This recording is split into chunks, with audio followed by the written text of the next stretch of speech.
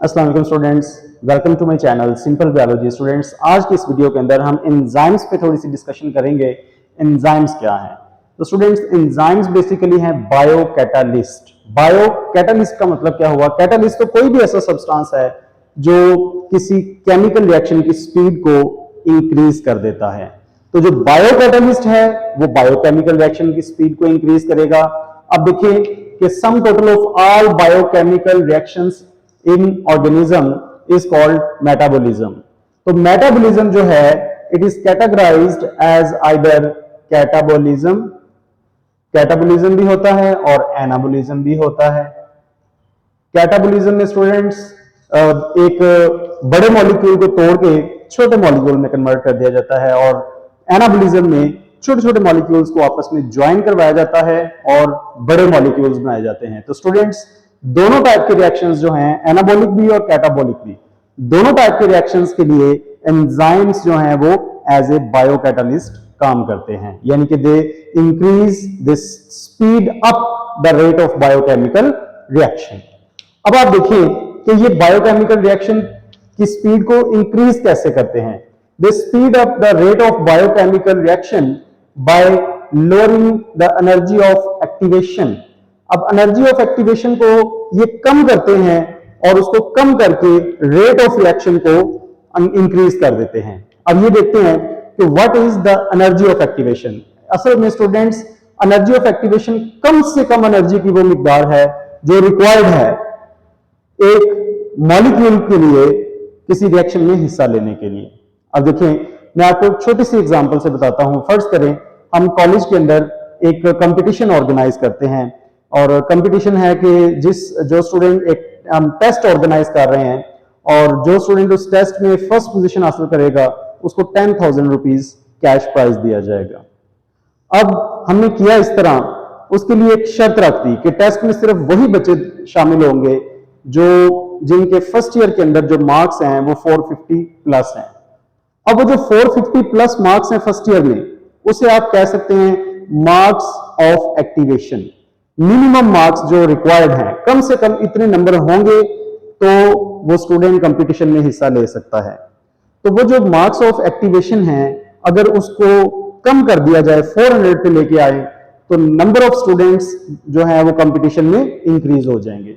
तो स्टूडेंट्स, बिल्कुल इसी तरीके से एंजाइम्स क्या करते हैं, एंजाइम्स एनर्जी ऑफ एक्टिवेशन को लो कर देते हैं, यानी कि जो कम से कम एनर्जी रिक्वायर्ड है बायोकेमिकल रिएक्शन के लिए, एंजाइम उस रिक्वायरमेंट को कम कर देते हैं और इस तरह number of molecules for reaction, reactant molecules जिसे आप सबस्ट्रेट भी कहते हैं, वो इंक्रीज हो जाते हैं। जैसे ही सबस्ट्रेट मॉलिक्यूल्स इंक्रीज होते हैं उनमें इफेक्टिव कोलिजन बढ़ता है और इफेक्टिव कोलिजन के बढ़ने से एंजाइम्स की वजह से एनर्जी ऑफ एक्टिवेशन लो हो जाती है। तो देखिए, अब एनर्जी ऑफ एक्टिवेशन कम होती है तो रेट ऑफ रिएक्शन इंक्रीज होता है। अब एनर्जी ऑफ एक्टिवेशन कम कौन कर रहे हैं? एंजाइम्स कर रहे हैं। कैसे कम कर रहे हैं? By increasing the effective collision between substrate molecules, between reactant molecules. Okay, तो स्टूडेंट्स, ये बहुत इंपॉर्टेंट बात है। एंजाइम्स करते क्या हैं? रिएक्शन को इंक्रीज करते हैं, रेट को। कैसे करते हैं? एनर्जी ऑफ एक्टिवेशन को कम करके। एनर्जी ऑफ एक्टिवेशन कम कैसे होती है? By increasing the effective collision between substrate molecules. उसके बाद देखें एंजाइम्स, स्टूडेंट्स देखिए कि एंजाइम कैटालाइज्ड रिएक्शन जो है वो 10⁻⁶ से लेके 10⁻14 टाइम्स ज्यादा स्पीड से होते हैं जो एंजाइम कैटालाइज्ड रिएक्शन है। ठीक है जी, मतलब जो एंजाइम के बगैर रिएक्शन हो रहे हैं वो स्लो होंगे और जो एंजाइम कैटालाइज्ड हैं वो इतनी स्पीड से रिएक्शन वो प्रोसीड होगा। उसके बाद देखें enzymes are the chemically are they are proteins but ribosomes are RNA. RNA students देखिए, आरएनए भी एक एंजाइम के तौर पे काम करता है during the process of translation. जैसे पेप्टिडिल ट्रांसफरेज एंजाइम जो है वो एक आरएनए से बना हुआ एंजाइम है, लेकिन काम वो एंजाइमेटिक कर रहा है, बायो मेटाबॉलिक रिएक्शन को जो है वो स्पीड अप कर रहा है। ठीक है, लेकिन कंपोजिशन उसकी क्या है? आरएनए से बना हुआ है। Mostly enzymes are proteins but only ribosomes are RNA enzymes. और ये राइबोसोम्स कहाँ काम करते हैं स्टूडेंट्स? ये सिर्फ और सिर्फ प्रोसेस ऑफ ट्रांसलेशन में काम करते हैं। उसके बाद देखिए, उसके बाद है only A small quantity of enzymes is needed. थोड़े से एंजाइम भी हो तो काफी है रिएक्शन को एक्सेलरेट करने के लिए। They are very sensitive to pH and temperature changes. जैसे ही टेम्परेचर इंक्रीज होगा या पीएच चेंज होगी तो एंजाइम्स की एक्टिविटी डिस्टर्ब होगी। स्टूडेंट्स, इस लेक्चर का जो सबसे इंपॉर्टेंट पोर्शन है वो है हमारे पास कोफैक्टर। कोफैक्टर देखते हैं कि कोफैक्टर क्या होते हैं। कोफैक्टर असल में नॉन प्रोटीन पार्ट हैं। Cofactors are the non protein parts. Non protein parts हैं, एंजाइम्स की प्रॉपर फंक्शनिंग के लिए रिक्वायर्ड होते हैं। अब ये प्रॉपरली दो टाइप के हो सकते हैं, या तो ये इनऑर्गेनिक भी हो सकते हैं या फिर ये ऑर्गेनिक भी हो सकते हैं। ठीक है जी। इनऑर्गेनिक होंगे तो उनको एक्टिवेटर कहेंगे, और एक्टिवेटर के लिए कंडीशन ये है, दो कंडीशंस हैं एक्टिवेटर के लिए। एक्टिवेटर क्या है? कोफैक्टर्स हैं। कौन से कोफैक्टर्स हैं?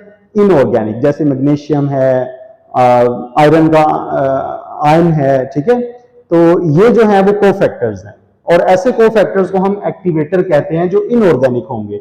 और स्टूडेंट्स, इसकी दूसरी जो कंडीशन है वो ये है कि एक्टिवेटर तब अटैच होता है हमेशा एंजाइम के साथ जब ऑलरेडी सबस्ट्रेट पहले अटैच हो चुका हो।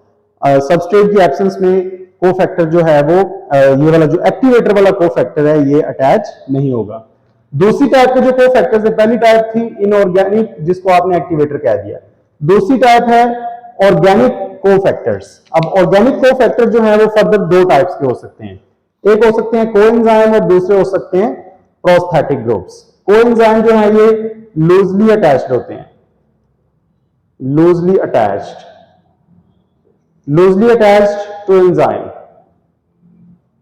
और बात फिर वही आ जाती है कि ये भी एक्टिवेटर की तरह तब ही अटैच होगा जब ऑलरेडी सबस्ट्रेट मॉलिक्यूल एंजाइम की एक्टिव साइट के साथ प्रेजेंट है।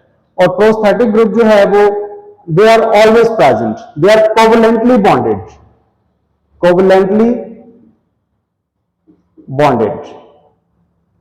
ये कोवलेंट बॉन्ड बनाते हैं एंजाइम्स के साथ, और ये ऑलवेज प्रेजेंट होते हैं, सबस्ट्रेट है या नहीं है, प्रोस्थेटिक ग्रुप प्रेजेंट होगा। आइए स्टूडेंट्स, उसके बाद हम बात करते हैं, और कोफैक्टर जो है वो तमाम एंजाइम्स को रिक्वायर्ड नहीं है, सिर्फ चंद एक एंजाइम्स के लिए रिक्वायर्ड होता है। और जिन एंजाइम्स के लिए कोफैक्टर की कंडीशन जरूरी है वो एंजाइम्स तभी एक्टिव होते हैं जब उनका कोफैक्टर उनके साथ मौजूद होता है। तो ऐसा एंजाइम जिसको कोफैक्टर रिक्वायर्ड भी है और उसका कोफैक्टर उसके पास मौजूद भी है, तो ऐसे एंजाइम को आप कह देते हैं holo enzyme. Holo enzyme is cofactor plus it's enzyme. और अगर सिर्फ एंजाइम है और इसका कोफैक्टर नहीं है, और ये एक ऐसा एंजाइम है जिसके वर्किंग के लिए कोफैक्टर रिक्वायर्ड है, तो ये एंजाइम कोफैक्टर के बगैर काम नहीं करेगा। जब कोफैक्टर आएगा तो ये प्रॉपर काम करेगा।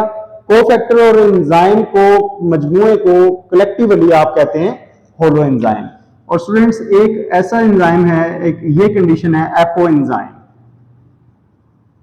एपो एंजाइम क्या होगा? सिर्फ एंजाइम है, एंजाइम विदाउट कोफैक्टर। लेकिन ये ऐसा एंजाइम है जिसकी प्रॉपर फंक्शनिंग के लिए कोफैक्टर की रिक्वायरमेंट होती है, लेकिन अभी कोफैक्टर नहीं आया, तो इस एंजाइम को आप क्या देते हैं? Apo enzyme. अगर कोफैक्टर प्रेजेंट है तो वो होलो एंजाइम है। होलो एंजाइम जो है ये एक्टिव स्टेट है, और एपो एंजाइम जो है वो इनएक्टिव स्टेट है। अच्छा, इसके अलावा वैसे जो ऐसे एंजाइम जिनको कोफैक्टर रिक्वायर्ड नहीं होता, वो एंजाइम भी एंजाइम ऐसे बाज दफा अपनी इनएक्टिव फॉर्म में रिलीज होते हैं। जैसे पेप्सिन जो है वो एक ऐसा एंजाइम है जिसको कोफैक्टर की जरूरत तो नहीं है, लेकिन वो जब रिलीज होता है तो अपनी इनएक्टिव फॉर्म में रिलीज होता है। तो जो कोफैक्टर डिपेंडेंट एंजाइम है उनकी एक्टिवेशन तो बिल्कुल डिपेंडेंट है ना कोफैक्टर पे, और जो कोफैक्टर जिन एंजाइम्स को नहीं रिक्वायर्ड वो भी बाज दफा अपनी इनएक्टिव फॉर्म में रिलीज होते हैं।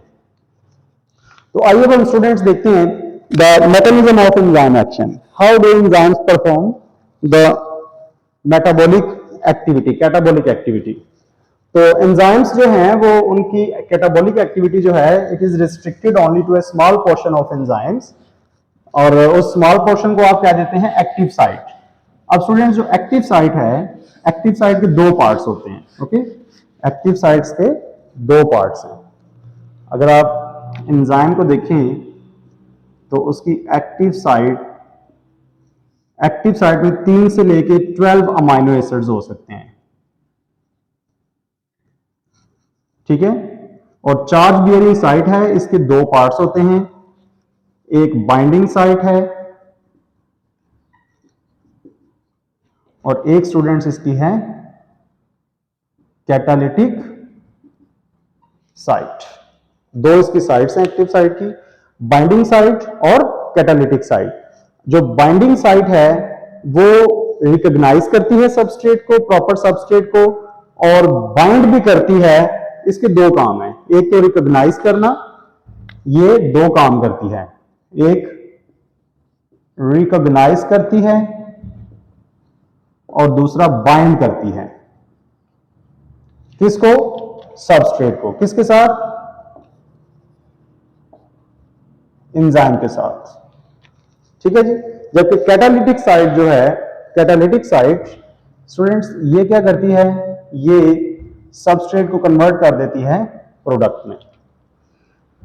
तो ये इसका स्टूडेंट्स जनरल छोटा सा एक मैकेनिज्म है, जिसमें देखिए पहले सबस्ट्रेट जो है वो एंजाइम के साथ मिलके एंजाइम सबस्ट्रेट कॉम्प्लेक्स बनाता है, फिर उसके बाद सबस्ट्रेट जो है वो कन्वर्ट हो जाता है प्रोडक्ट में। तो टेम्परेरी एक जो है वो product substrate product enzyme complex बनता है, और फिर प्रोडक्ट और एंजाइम जो है वो अलग हो जाते हैं।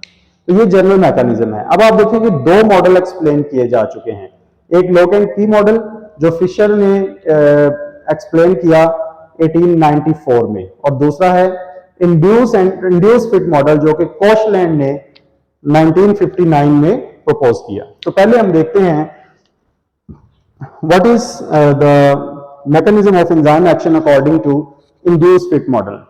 इंड्यूस फिट मॉडल के अकॉर्डिंग वो कहता है जिस तरह एक स्पेसिफिक की जो है वो एक स्पेसिफिक लॉक को ओपन कर सकती है, इसी तरह एक स्पेसिफिक एंजाइम जो है वो एक स्पेसिफिक रिएक्शन को कैटाबोलाइज कर सकता है, एक ही टाइप के रिएक्शन को। इसके अलावा जो है वो कोई और दूसरा रिएक्शन जो है वो कैटाबोलाइज नहीं होगा एक एंजाइम से, ठीक है।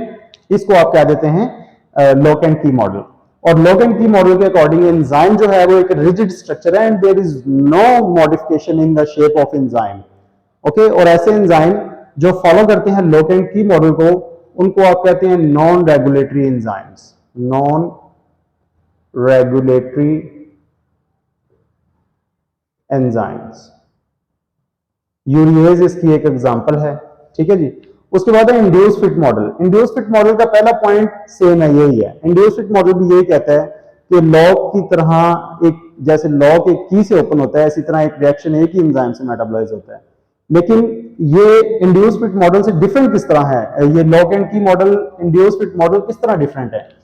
लॉक एंड की मॉडल में एंजाइम एक रिजिड स्ट्रक्चर है, फ्लेक्सिबिलिटी नहीं है ड्यूरिंग कैटालाइसिस, जबकि इंड्यूस फिट मॉडल कहता है कि there is a flexibility in the shape of active site of an enzyme during the process of catalysis। okay, और ऐसे एंजाइम जो इसको फॉलो करते हैं इंड्यूस फिट मॉडल को, इंड्यूस फिट मॉडल को फॉलो करने वाले जो एंजाइम्स हैं उनको आप कहते हैं regulatory enzymes. Regulatory enzymes, okay. अब ये जो रेगुलेटरी एंजाइम है इनका दूसरा नाम है allosteric enzyme. Allosteric enzymes, okay. अच्छा, उसके बाद स्टूडेंट्स एक छोटा सा पॉइंट रह गया हमारा, that is metabolic pathway. Sometimes ऐसा होता है कि बहुत सारे एंजाइम मिलके एक चेन में काम करते हैं। पहले एंजाइम की जो प्रोडक्ट है वो अगले एंजाइम के लिए एज ए सबस्ट्रेट काम करती है, जो दूसरे की प्रोडक्ट है वो तीसरे एंजाइम के लिए एज ए सबस्ट्रेट काम करती है। तो इस तरह बहुत सारे मिलके एंजाइम्स एक मेटाबॉलिक चेन चलाते हैं। जैसे ग्लाइकोलाइसिस जो है, ग्लाइकोलाइसिस में क्या होता है कि पहले स्टेप में जो रिएक्शन है उसका जो एंजाइम है उसकी जो प्रोडक्ट होगी वो नेक्स्ट एंजाइम के लिए एज ए सबस्ट्रेट काम करेगी। तो मेटाबॉलिक पाथवे जो है ये इंपॉर्टेंट टर्म है, important paper point of view से भी है और कंसेप्ट के लिहाज से भी है। देखिए जैसे ए एक सबस्ट्रेट है इस पे एंजाइम पहले एंजाइम ने काम किया है, इसको बी में कन्वर्ट कर दिया है, अब दूसरा एंजाइम काम करेगा इस पे, इसको सी में कन्वर्ट कर देगा। तो it is the product, it is product for enzyme 1 but it is substrate for enzyme 2। इसी तरह सी जो है it is product for enzyme 2 and it is substrate for enzyme 3। तो it makes the metabolic pathway. ये है students हमारे पास metabolic pathway. तो बहुत सारे एंजाइम्स ऐसे हैं जो कि मेटाबॉलिक पाथवे की फॉर्म में जो है वो प्रोसीड करते हैं। तो students it is all about the general characteristics and introduction to the enzymes.